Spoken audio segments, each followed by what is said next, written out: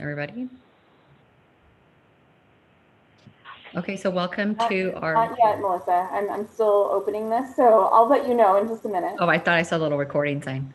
Yeah, hold on 1 second.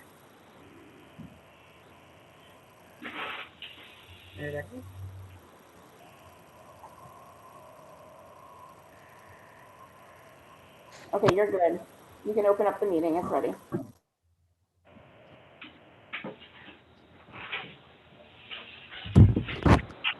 Okay, thank you. We will be opening up our Finance and Administration meeting. I welcome all of us for being here this afternoon.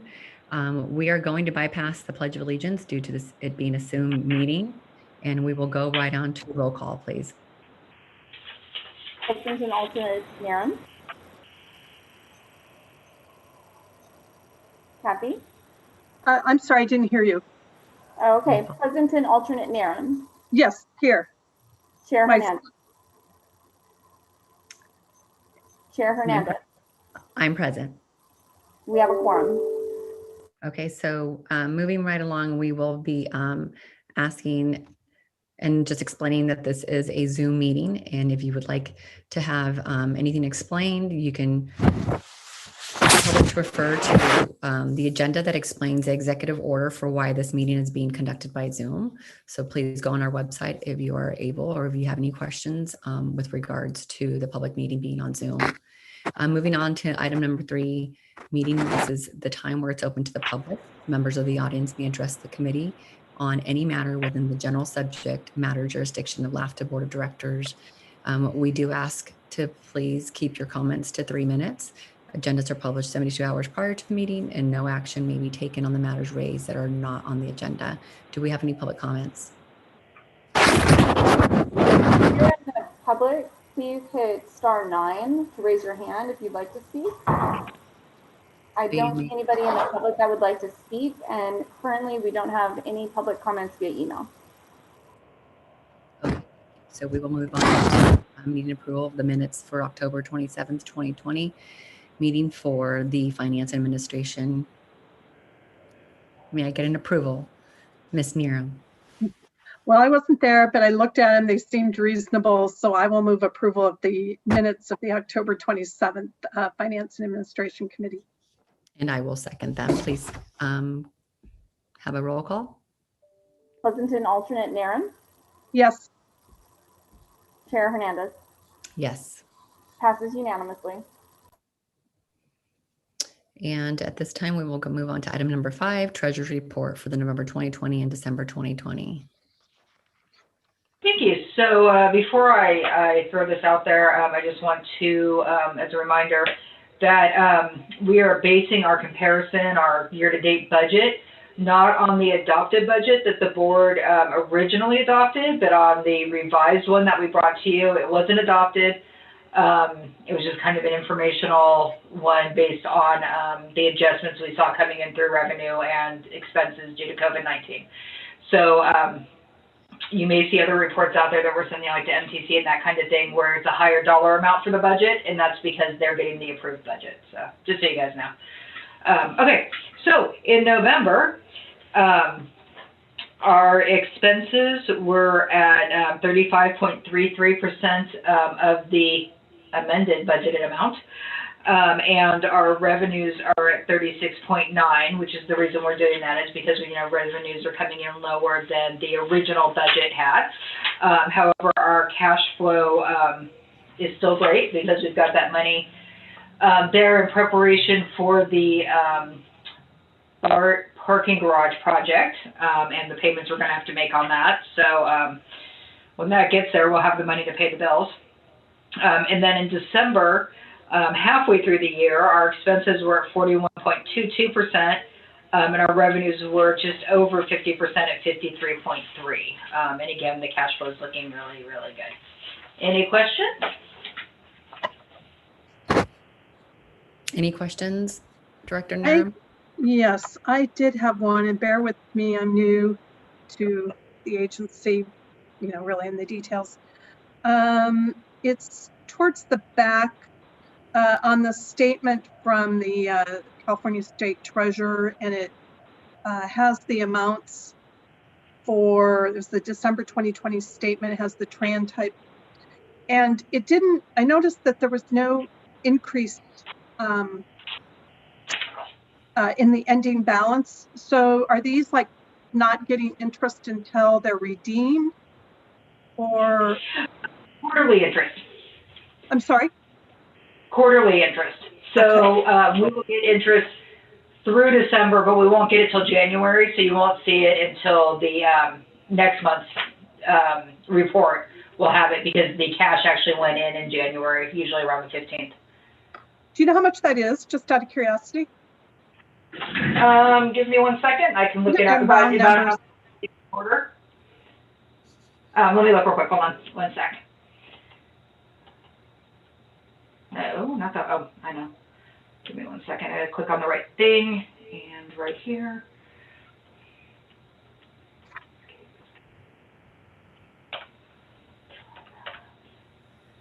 Oh, darn it. 1, 4, 7. Sorry, my laptop does not have a 10 keypad, so I'm typing very slowly. 4 and C. Okay, so our first quarter of 2021, we received just over, well, we received $12,642.96. So this quarter should be roughly the same, maybe a little more. The interest rates are going up a tiny bit. They're going up ridiculously slow. Which is good news and bad news, depending on if you want to receive it or borrow it. Right, but we don't have any debt, so as an agency, it's better for us to have the higher interest rates since we don't have any debt at this point. So, we're going to be looking at when the economy turns around a little, finding another way to invest our, well, we don't need the money so much for cash flow, finding another way to invest our funds so that we have a better rate of return. So I assume these TRANs, the interest rate's better than in LAIF, than investing or putting the money in LAIF? You're right. So it's not actually interest rate in our bank account. It's the fees on our bank account. So the more we have in our bank account, the less we pay in fees. And so I keep an eye on the interest rate on LAIF and the amount and the fees, and I just kind of adjust. Yeah, and one goes up faster than the other, and one goes down faster than the other, and so they're actually fairly equal right now. But yeah, those fees, we've been kind of watching the fees. They used to be, we used to pay almost nothing in fees, and now they're actually much higher. Okay, all right, thank you. Sure.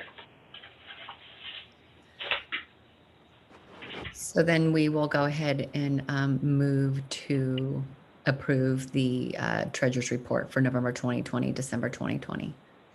I'll move approval of the treasurer's report for November 20th and December 2020, and to send to the board or forward to the board for approval. Thank you, and I will second that. Let me get a roll call, please. Susan Alternate Nairn, Yes. Chair Hernandez, Yes. passes unanimously. And then item number 6, 2021 legislative program. Okay, that one is mine. Good afternoon, committee members. This item is request that the Finance and Administration Committee refer Resolution 04-2021 to the Board of Directors affirming LAFTA's 2021 legislative program. Every year we bring an item like this to the board to basically lay out LAFTA's legislative strategy for the year to come. We usually start by outlining our overarching legislative principles in support of the agency's mission. We also provide some context, which is to be found in your staff report, of what's basically going on at the federal, state, and local levels that are sort of the forthcoming issues. We heard some of that discussion, I think, in the Projects and Services Committee a short while ago of what we are anticipating coming up. You know, overarching, I would say, I think our legislative principles remain pretty consistent with years past because our mission remains the same. And the program outlined in attachment 2 notes in, it notes in the markup, basically the changes we're proposing for 2021 compared to 2020, just to make it easy for you to see where we've made some changes. So while the framework is very similar, obviously some major things in the world have changed since we last talked about our legislative program in January of 2020. And the two major things that have changed are the COVID-19 pandemic, which is affecting transit agencies across the country. It's affecting our revenue sources. It's affecting our ridership. It's affecting our planning. I'm sure you know well how all that has affected us. And then the other big thing that has changed that I think is probably of significance to our LEDGE program is the shift of the balance of power in Washington, D.C. So we have a new administration. We have the Democrats now in control, nominally of both houses of Congress. I think they're still working out how the Senate's going to work, but however that all plays out, they're still talking. There will potentially be some new and interesting things coming down from Washington that could affect, our funding going forward. I would highlight that last month, the outgoing Congress passed the Coronavirus Response and Relief Supplemental Appropriations Act, known as CRRSA. And what you need to know about that is that it included they're calling it a down payment of supplemental appropriations for public transit agencies. Neither of the urbanized areas that LAFTA serves received any funding in that bill. It all went to SF Oakland, Santa Rosa, and San Jose. It went to the largest urbanized areas in the region, and that was similar with the rest of the country. So we are trying to work with MTC to try to smooth some of that money around the region to the best we can within the legislative restrictions of what that money that was appropriated can do. So that's kind of a near-term thing we're working on. Other than that, I think this is the 4th year running. I've told this board that we were expecting some fun infrastructure stimulus spending coming out of Washington. We haven't seen it yet, but I keep hearing Infrastructure Week is coming. But that being said, there is new leadership at the U.S. Department of Transportation expected. The Secretary-designate, Pete Buttigieg, who you may know is a former mayor, had his confirmation hearing last week and looks to be set to be confirmed before too long. The state, just a couple quick things to highlight there. The new legislature convened in December. The committee assignments are all changed compared to the last session. Both of the House and Senate transportation committees will be led by new people who are both from Southern California. So we'll be interested to see how that plays out. It's also my understanding that due to the pandemic and just how much business there is to get through in response to COVID, that there will be some limits placed on the number of bills allowed by each member to introduce. So as usual, I've provided a list of key dates in attachment 3 of what the legislature will be doing this year. The last day for bills to be introduced is going to be February 19th, and then proceeding from there as the spring goes on. The last thing I'll mention is just the governor introduced his state budget proposal for FY22, as well as an update on the FY21 budget. It all looked, I would say, pretty favorable compared to where we were all feeling like we were 6 months ago. So looking at his FY22 proposals, it includes a 4% increase in state transit assistance funding over the current FY21 projections. So that certainly doesn't get us back to where we were this time last year, but things are slowly trending in the right direction. We use that money primarily for fixed route operations and state of good repair activities. So, the revenue forecasts, the hope is that things have bottomed out. The state's projections for the rest of this fiscal year have been revised upward. They are, I think, looking to prioritize new funding priorities that hopefully can benefit public transit in some way. And so we'll keep an eye on that. There's a long way to go between the governor's first budget proposal and a final budget in June. So those will be things for us to watch closely. And then finally, in the regional landscape. Michael mentioned at Projects and Services Committee, the work of the Blue Ribbon Transit Recovery Task Force and whether there may be a bill or bills run in response to the findings and recommendations of that effort. So we're going to be following all that closely. I think overall, I don't think LAFT has been so engaged in a lot of these conversations directly with a seat at the table in a long time, if ever. So I know that Michael's really involved in a lot of these conversations happening regionally, and he's really in tune with where some of these proposals that might be just affecting the regional landscape may be coming from. So that's kind of the overview. I think just, again, the attachment 2 highlights the details of our legislative program. It really focuses on especially trying to maximize existing and new funding sources, both in response to the COVID-19 pandemic, but also looking farther ahead into more near and longer term investments in infrastructure and other projects. There is, I think, some new things in there about I think continuing to monitor implementation of zero emission bus regulations and how that affects our capital and operational planning that we're working on. And that is pretty much the highlights. I would be happy to answer any questions you have. And just to summarize that, the request is that the committee approve staff's proposed 2021 legislative program and refer it to the board of directors for approval. Director Narum, do you have any questions? You're on mute. Are there any specific bills at this time that we're following or interested in affecting LAFTA? So far, I've only seen some budget trailer bills coming down the pike because they're still working on FY21 stuff, is my understanding. So I think we will learn more as the legislative deadline approaches.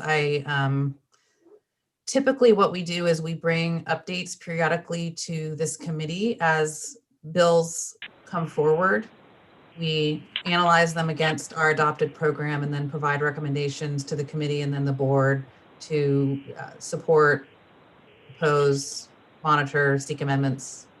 So we'll keep you updated that way.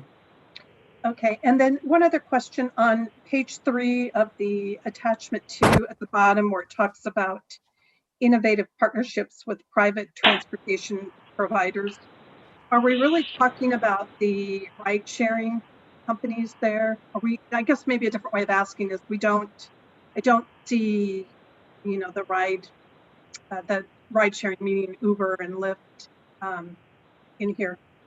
Yeah, that item encompasses both the transportation network companies is another word for ride hailing. So yes, it's Uber and Lyft. And then we do also have partnerships with private taxi companies for programs like our Parataxi. So just keeping tabs and making sure that the environment is hospitable to keeping those partnerships going. Okay. So you feel like this statement covers all that? That's a question. Yes, that's the intent. Okay. Okay, I'm done. Thank you, Chair. Thank you. And thank you, Jennifer. So having no more other questions, we'll move along to item number 7, evaluation of the paratransit services. And this is mostly for you, Director Narum, because I just got off the other meeting. So Yeah. Melissa? Mr. Tran will be able to, we'll move to, oh, yes, you're going to ask for approval. Yep. Okay, I will move the Finance and Administration Committee refer resolution 04-2021 on the the 21 legislative program to the Board of Directors. And I will second that. Okay, so roll call, Pleasanton, alternate Narum, Yes. Chair Hernandez, Yes, passes unanimously. thank you. Okay, David. I'm sorry, Paratransit. Melissa, I'm sorry, before we do that, can we go back to the treasurer's report real quick? Kathy, thank you. I reconcile the LAIF statement to the LAIF account once a year, and that was done in June. And I just looked at your question, and I booked the interest from the fourth quarter 2020 incorrectly. And so I will have an updated and corrected number for the treasurer's report, so, or for the board meeting, so that the treasurer's report number and what's in the bank account match. Okay. It's like a $19,000 difference. The money's in the bank. I don't know how I work in numbers when I transpose numbers. I left out a digit, taking it from like 21,000 to like 3,000. So thank you for catching that. Okay. And thank you for I clarifying. will get it correct. Thank you for clarifying. And so item number 7, evaluation of the paratransit services. So Katrina? I'll tee up just a couple of comments, and then our Director of Operations and Innovation, Tone, can walk us through a quick slide deck, Kathy, and Okay. bring us up to speed on where we're at. But big picture wise, we've been working with County Connection, our neighboring transportation agency to the north, to see if we could collaboratively do our paratransit service so that it's more seamless to the customer in regard to potentially changing some policies as we go along and working with them in a partnership. So we updated the board at the last board meeting. They asked us to continue working with County Connection and to come back and let them know what we had found. So Tone has been working with County Connection at the staff level and has a few slides here that will not only give you a little bit of background, but bring you right up to speed on kind of where we think that partnership is going and what we recommend doing with 4 proposals that we had received through an RFP process to actually do paratransit, just as we've been traditionally doing it, just solely at LAFTA with a contractor instead of sharing a contractor with County Connection.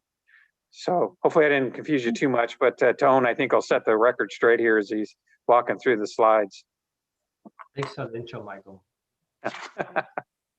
And I would like to apologize in advance to our chair for having to sit through the same presentation just an hour previously. But she didn't get to see these 2 cool slides. So what you see in front of you is our fixed route service area. So those red lines and blue lines, those are our routes. And because we're a federal funding recipient, and since we provide fixed route for people, for the general public, we are mandated to provide complimentary door-to-door service for people with disability, which means we provide paratransit service in the city of Dublin, Pleasanton, and Livermore.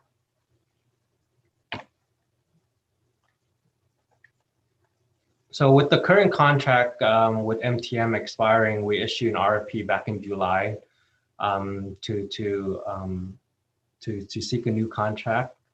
But along the way, an alternative option came up, which Michael alluded to, that consists of us going enter into an MOU with County Connection to potentially share the same contractor. We brought that option along with brief information about the MOU to the December board meeting for the board to consider. And at that meeting, the board asked staff to look into a few key areas and have several questions about the MOU. And that's why we're here today, to address some of those questions. And then if approved, we will take the item to the board in February to get the approval to proceed with MOU with County Connection.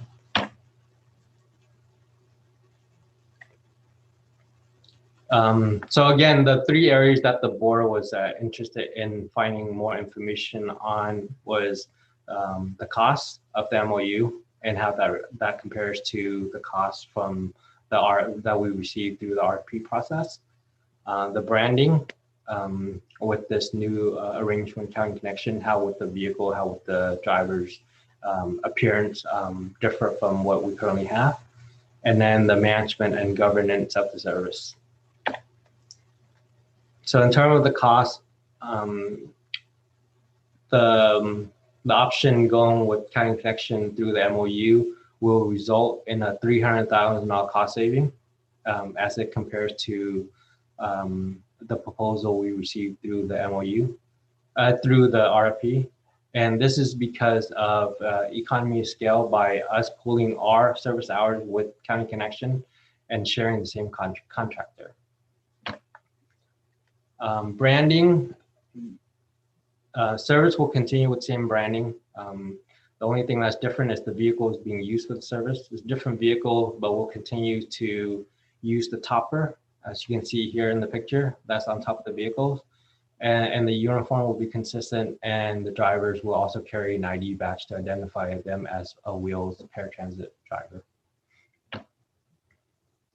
In terms of governance, LAFTA staff will continue to oversee the day-to-day operation, and the board will continue to drive the policy for the service. So no change there. However, during the pilot, we believe it will be advantageous for LAFTA and CTA to explore opportunity to align our service policy and integrate functions to create a more seamless paratransit program for our riders. Right now, we have a different fare than County Connection. We have a different no-show than County Connection. So during this pilot, it will be good for us to look into potential aligning those policies. To help us get to that point, we're proposing to form a joint committee consisting of board members from each agency to guide staff along the way. So also at the December board meeting, Director Brown or Mayor Brown raised some question regarding the timing of this change.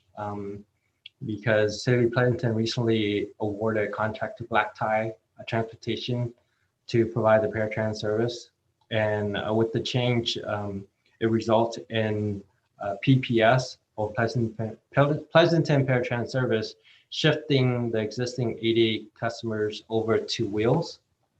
So her concern was if we have enough resource to take on the additional trips. And in looking at the resources being proposed with through this MOU, we can confidently say that yes, there would not be a capacity issue by taking on those additional trips. The other area that Director Brown had concern on was potential confusion to the customer with the change.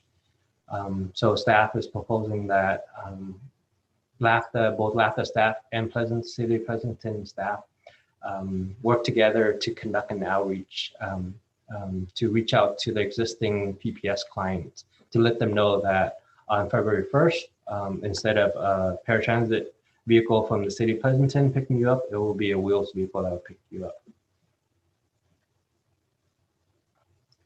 Some of the other key changes and benefits as a result of this MOU includes right now, the reservationist function of the call center is being performed out of state. With this MOU, we will use staff from the region.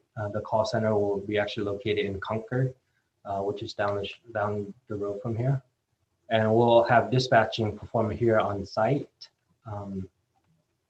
And then as you can see from the map to your right, the pink or purple shaded area, that is both the LAFTA service area and County Connection service area. So with this MOU, customer won't have to transfer anymore. Right now, if they want to go from one service area to another service area, they will get picked up and dropped off at the BART station. And then either County Connection, depending on where they go, County Connection or LAFTA will go to BART and pick them up. Here, it will just be one seat, one ride. So there's no transfer will be required. And lastly, we currently don't have road supervision to assist customers or drivers when they're out on the road. With this MOU, we will have someone out on a daily basis to monitor the service on the street. So that would definitely improve the quality of the service. So in summary, LAFTA management team will continue to oversee the paratransit service. LAFTA board will continue to drive all policy for the service. And if this is approved, we're looking to start the partnership with County Connection on April 1st, 2021. And the pilot will schedule to end on June 30th, 2022. Depending on the outcome of the pilot, if it's successful, LAFTA and County Connection will issue a joint RFP prior to the conclusion of the pilot. And if it doesn't work out like the way we envision, LAFTA will issue our own RFP at that time. So that said, staff is requesting the FAA committee to recommend to the full board to authorize the executive director to reject all proposal from the current RFP 2020-04 and enter into an MOU with County Connection to establish a 15-month pilot program. Director Narum, do you have any questions? I know that Director Brown had some questions prior to that Mr. Tran had kind of already answered. So just wanted to see if you had anything else with regards to Pleasanton. I do. Reading the staff report, I mean, this almost seems like too good to be true. Why wouldn't you do it? Because there are so many benefits identified.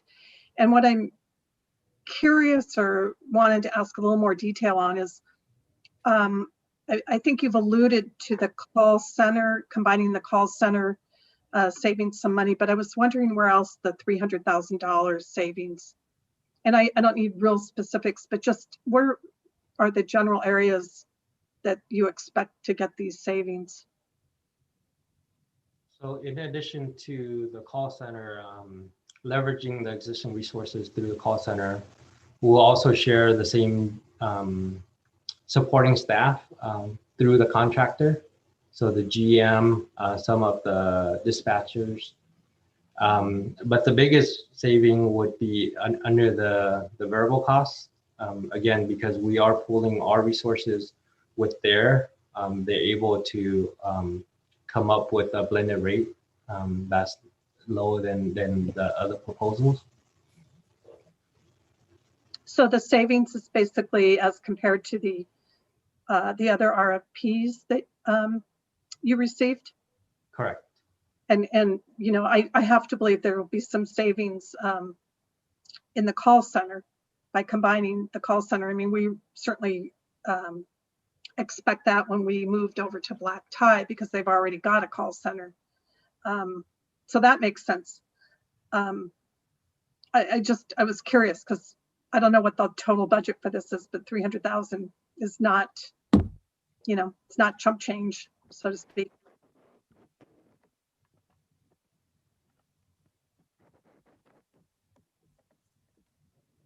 Thank you. Anything else, Michael? No, I don't Okay, know. just clarifying. Yeah, you bet. So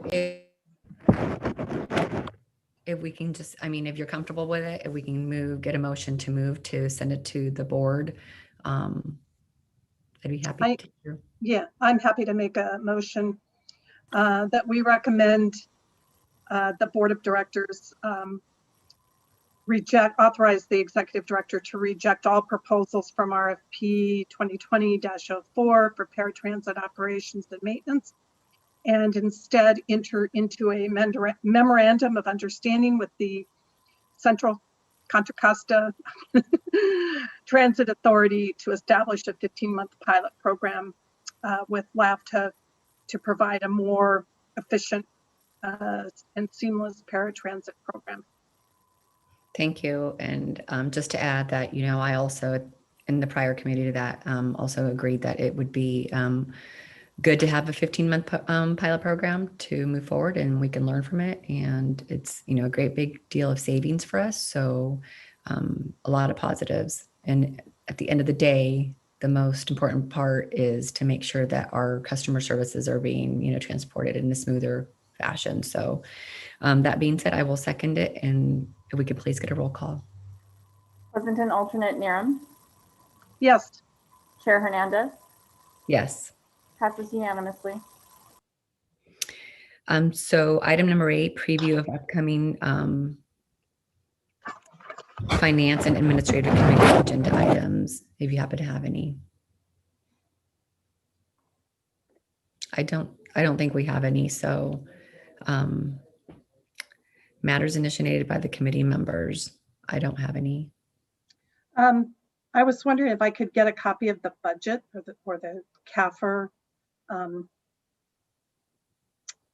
separate, I guess. Sure. Let me just ask. Do you want the official approved budget that has the pretty cover and was approved right before we discovered all our revenues were not coming in? Or do you want the modified one that we're actually kind of working off of? Oh, I want the modified one. Okay, that's what I thought, but I didn't want to assume. Thank you. Yeah, I just have some sense. I mean, I have no idea what the budget, what the revenue is. So I'm a numbers person, so I just that's great. have some familiarity with it. I appreciate when somebody actually wants to see our numbers because most people run away. And then when you go through it, if you have any questions, feel free to just shoot me an email and I can explain like where the revenues come from, like exactly where they come from, not just what their name is, but where those are actually derived from, that kind of thing. Just ask and I am happy to provide. Okay, thank you. Yeah. All right, thank you. So that being said, this will adjourn our meeting. Our next meeting will be February 23rd. And I think we'll have more of a concrete on who will be on our finance and administration committee, as well as the planning committee and programs committee. So adjourned at 4:38, and we'll see you at the beginning of February. Thank you, everyone.